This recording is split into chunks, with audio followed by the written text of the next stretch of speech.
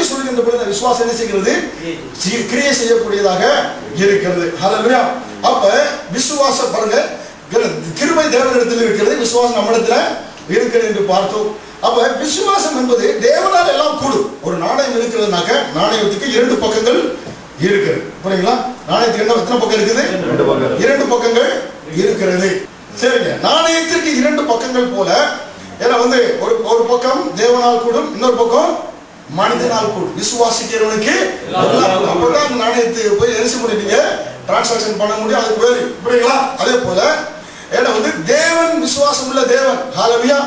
நாமும் அவரை போல படைக்கப்பட்டிருக்கிறதுனாலே அவருடைய வார்த்தை எப்படி வல்லமையை கிரியை செய்கிறதோ நாணயத்துக்கு மறுபக்கமாக நம்முடைய வார்த்தை என்ன செய்யும்?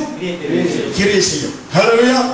பாருங்களா, தேவனால் எல்லாம் கூடும் போல விசுவாசிக்கிறவங்க எல்லாம் கூடும் போல தேவன் விசுவாச வார்த்தையிலே பேசினாரே, அது நடைபெற்றது. அதே போல நாமும் பேசுகின்ற பொழுது என்ன செய்யப்படும்? எல்லாம் நடக்கக்கூடியதாக இருக்கிறது. ஹல்லேலூயா. அப்ப நம்முடைய விசுவாச வாழ்க்கையிலே புரியுங்களா, ஃபெய்த் லைஃப்ல இது மிக மிக முக்கியம். வார்த்தை, நாம் பேசக்கூடிய வார்த்தை மிக மிக முக்கியம். அநேகர் நினைக்கிறாங்க விசுவாச வார்த்தை, விசுவாசம் அதாவது ஃபெய்த் லைஃப் என்று சொன்னால் விசுவாச வாழ்க்கை என்றால் என்ன நினைக்கிறாங்க? வேலையை விட்டுட்டு ஏன்னா நான் விசுவாசத்தில் வாழ்றேங்க, ஊழியத்தை செய்யறேன். எப்படி செய்யறேன்? வேலையெல்லாம் விட்டு எப்படி செய்யறது? ஏன்னா விசுவாசத்தில் வாழ்ந்துட்டு இருக்கேன், ஒவ்வொரு நாளும் எதெல்லாம் எதிர்பார்த்து கொண்டே இருக்கிறேன். இப்படிதான் அப்படித்தான் அது ஃபெய்த் லைஃப்னா நம்ம கண்ணால பார்த்தது மக்கள் சொல்றதை வச்சு இப்படி ஒரு இதுக்குள்ள நம்ம இருக்கோம். அப்படிதான். புரியுங்களா? எப்படிங்க உங்க ஊழியம் போகுது? ஃபெய்த்ல போயிட்டு இருக்கீங்க அப்படின்னு சொல்றாங்க. புரியுங்களா? ஏன்னா எல்லாம் விட்டுட்டு அதுக்காண்டி விட்டவங்க தவறுன்னு சொல்ல வரல. ஏன்னா அப்படிங்கிற நம்ம ஒரு இதுல மக்கள் இன்னைக்கு இருக்கிறாங்க. ஆனால் விசுவாச ஜீவியம் என்பது என்றால் எதையோ ஒன்றை என்ன செய்யறோம்? நம்ம விசுவாசிக்கிறோம்.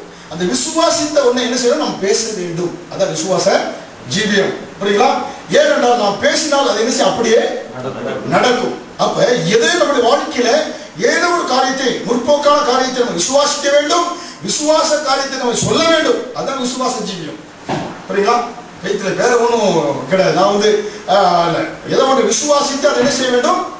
வாயில சொல்ல வேண்டும். அப்ப அதுதான் நமக்கு வசனத்தை சொல்லப்பட்டு விசுவாசித்ததே நான் பேசுகிறேன் பவுல் சொல்கிறாரு.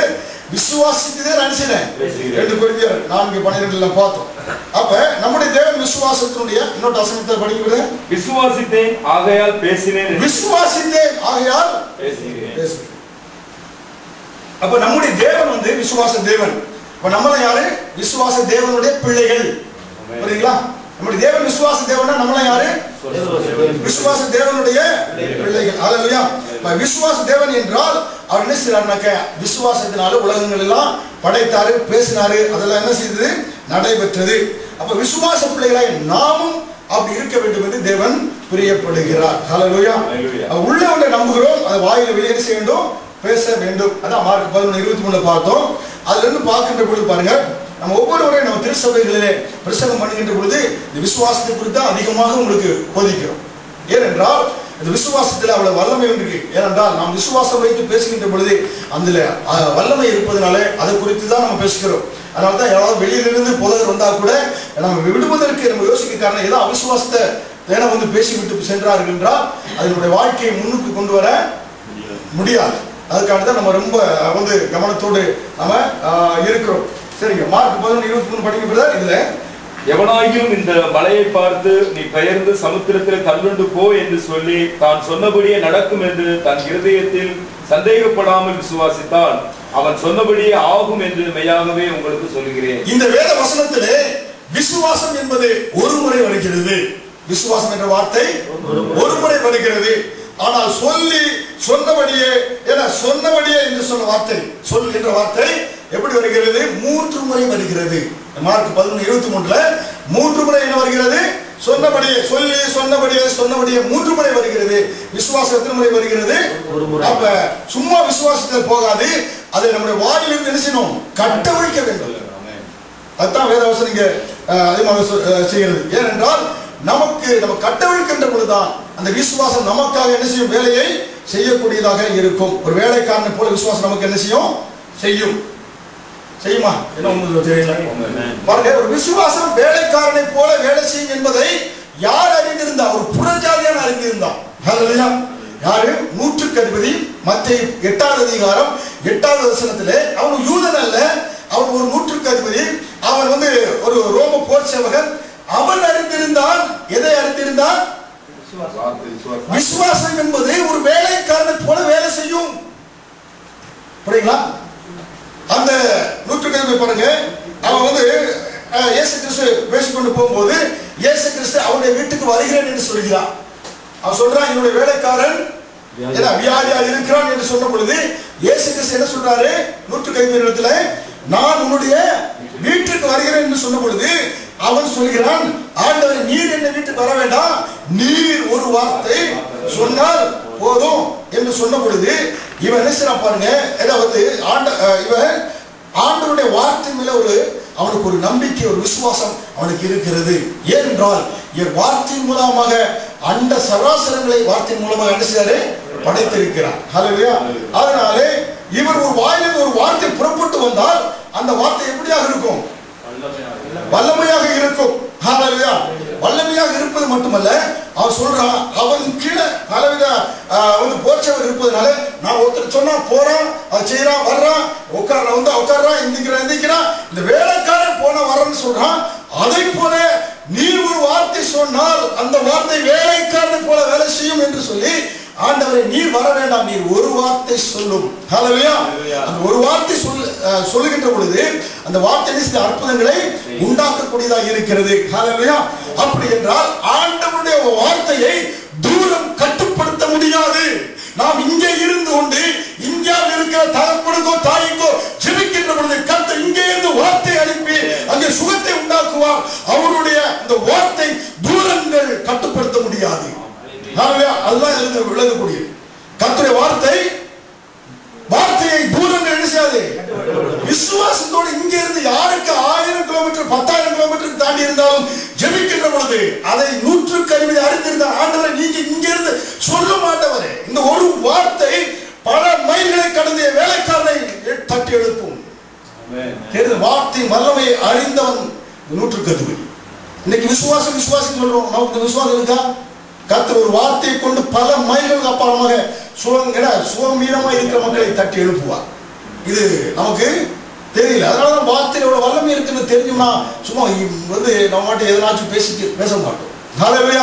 அதனால தான் ஆண்டவர் பார்த்தார், எங்க ஆள்களிலே இப்படிப்பட்ட ஆள் இல்லையா என்று இயேசு கிறிஸ்து மத்தேயு 8:10 ஆச்சரியப்பட்டார். ஏன்னா கூட இருக்க சீஷனுக்கு இப்படிப்பட்ட விசுவாசம் இல்லை, ஏன்னா இஸ்ரவேல் மக்களுக்கு இப்படிப்பட்ட விசுவாசம் இல்லை, யூதருக்கு இப்படி விசுவாசம் இல்லை, நீ புறஜாதியான ரோம போர்ச்சவனே உனக்கு இப்படிப்பட்ட விசுவாசம் இருக்கிறது என்று இயேசு என்ன செய்தார்? வசனத்தை படிங்க 8:10. இயேசு இதை கேட்டு ஆச்சரியப்பட்டு தமக்கு பின் செல்கிறதை நோக்கி, இஸ்ரவேலருக்குள்ளும் நான் இப்படிப்பட்ட விசுவாசத்தை காணவில்லை என்று மெய்யாகவே உங்களுக்கு சொல்கிறேன். அதனால்தான் அவன் 100க்கு அறிந்தான். இவருடைய வார்த்தையை மைல்கள் கிலோமீட்டர் என்ன செய்ய முடியாது? கட்டுப்படுத்த முடியாது. ஹல்லேலூயா. ஏனென்றால் அவருடைய சிருஷ்டிப்பை பார்க்கின்ற பொழுது ஆதியாகமம் 1வது அதிகாரம் 14வது வசனத்துல நீங்க நின்றீங்கன்னாக்க ஜலத்தின் மேல நின்று, அப்படி உலகத்துல ஒரே ஜலம் தான் இருந்தது, ஜலத்தில் நின்று ஜலம் இரண்டாக பிரிய கடவுள் என்று சொன்ன பொழுது வானத்துக்கு ஜலம், பூமிக்கு ஒரு ஜலம், ஜலம் ரெண்டாக என்ன செஞ்சது? பிரிந்தது. எத்தனை மைல், பல பில்லியன் மைல்களுக்கு ஒரே வார்த்தையினால என்ன செய்து? அவருடைய வார்த்தை தூரங்கள் கட்டுப்படுத்த முடியாதுங்க. அதை அறிந்திருந்தான் ரோம போர் சேவகனாகிய 100க்கு அதிபதி. ஹல்லேலூயா. இன்றைக்கு நாம விசுவாசத்தோடு எத்தனை கிலோமீட்டருக்கு அப்புறம் இருக்கிற மக்களுக்காக ஜெபிக்கின்ற போது கர்த்தர் வார்த்தையை அனுப்பி குணமாக்குவார். இந்த வார்த்தை ஒளியின் வேகத்தை காட்டிலும் அதிக வல்லமை உள்ளது.